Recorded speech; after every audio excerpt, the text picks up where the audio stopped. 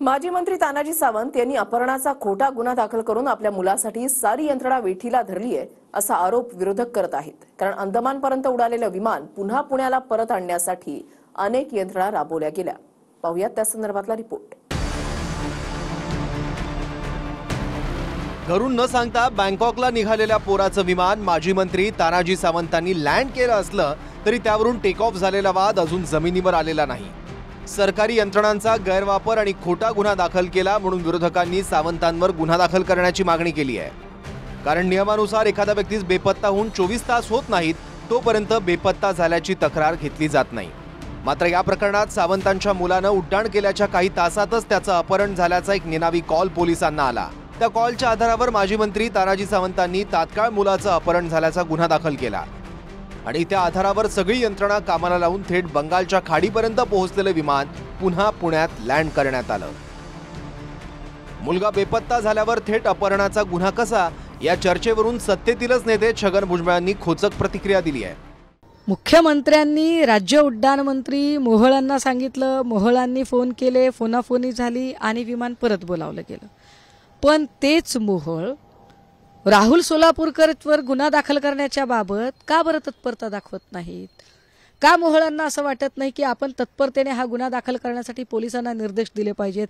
इतक्या पावर तर निश्चितच एका केंद्रीय राज्यमंत्र्याकडे असतात, त्या पावर्स ते का वापरत नाहीत? अवघ्या काही तासामध्ये मुलाला कळलं नाही ते कुठे लँड होतंय ते।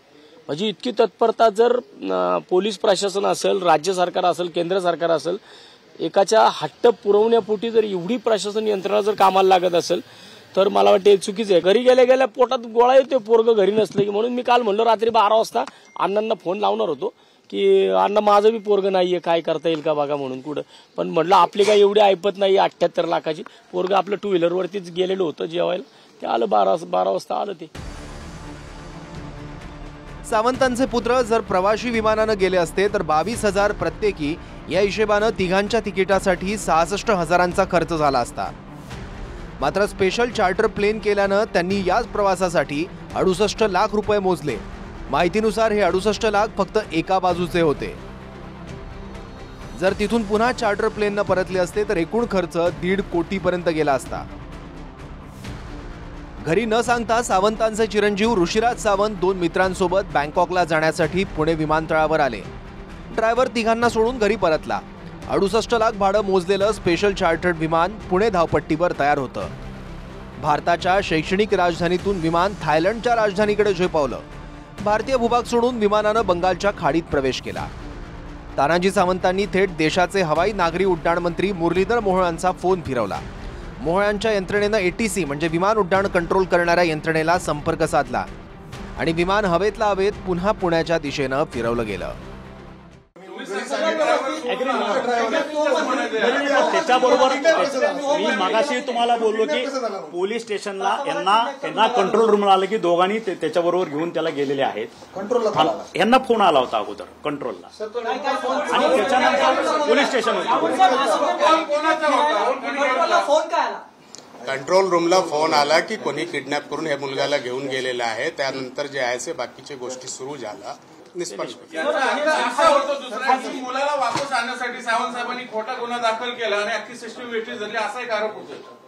हे आरोपचे आत्ताच्या वेळी काही अर्थ नाही आहे, कारण आता FIR होऊन आता ज्यापर्यंत ह्या मुलांचे विचारपूस होत नाही, बाकी गोष्टी होत नाही, त्यावर काही भाष्य करणे योग्य होणार नाही। चर्चा ही पण एक खोटी तक्रार देण्यात आली होती, त्या संदर्भात काय? काही गोष्टी नाही आहे। ज्यावेळी ते स्वतः आमच्याशी सुरुवाती कालातच बोलले होते, सुरुवाती कंट्रोलला कॉल आला होता आणि आम्हाला पण बोलले होते, ते अत्यंत घाबरले होते आणि आपल्याला एका वडीलचे दृष्टिकोनातून त्यांना बघावा लागेल। त्यांना त्यावेळी अशी प्रकारची घटना घडली आहे असा त्यांचे समज झाला होता आणि त्यांना घाबरणे हे अत्यंत स्वाभाविक आहे। दुबईला 8 दिवस राहून आल्याच्या नंतर परत बँकॉकला घरचे सोडणार नाहीत, त्यामुळं त्यांनी भीतीपोटी कुणाला न सांगता ते दुबईला जाऊन आलेले होते आणि परत आता एक्झिबिशनच्या कामाच्या निमित्तानं ते बँकॉकला जाणार होते।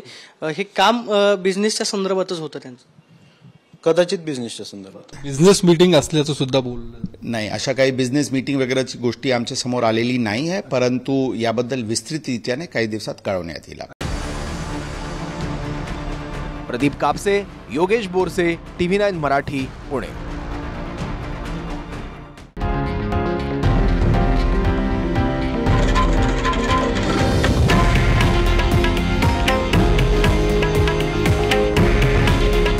हे आहे देशातील नंबर 1 न्यूज नेटवर्क आणि आपण पाहत आहात TV9 मराठी. काळजी तुमची, हित महाराष्ट्राचं.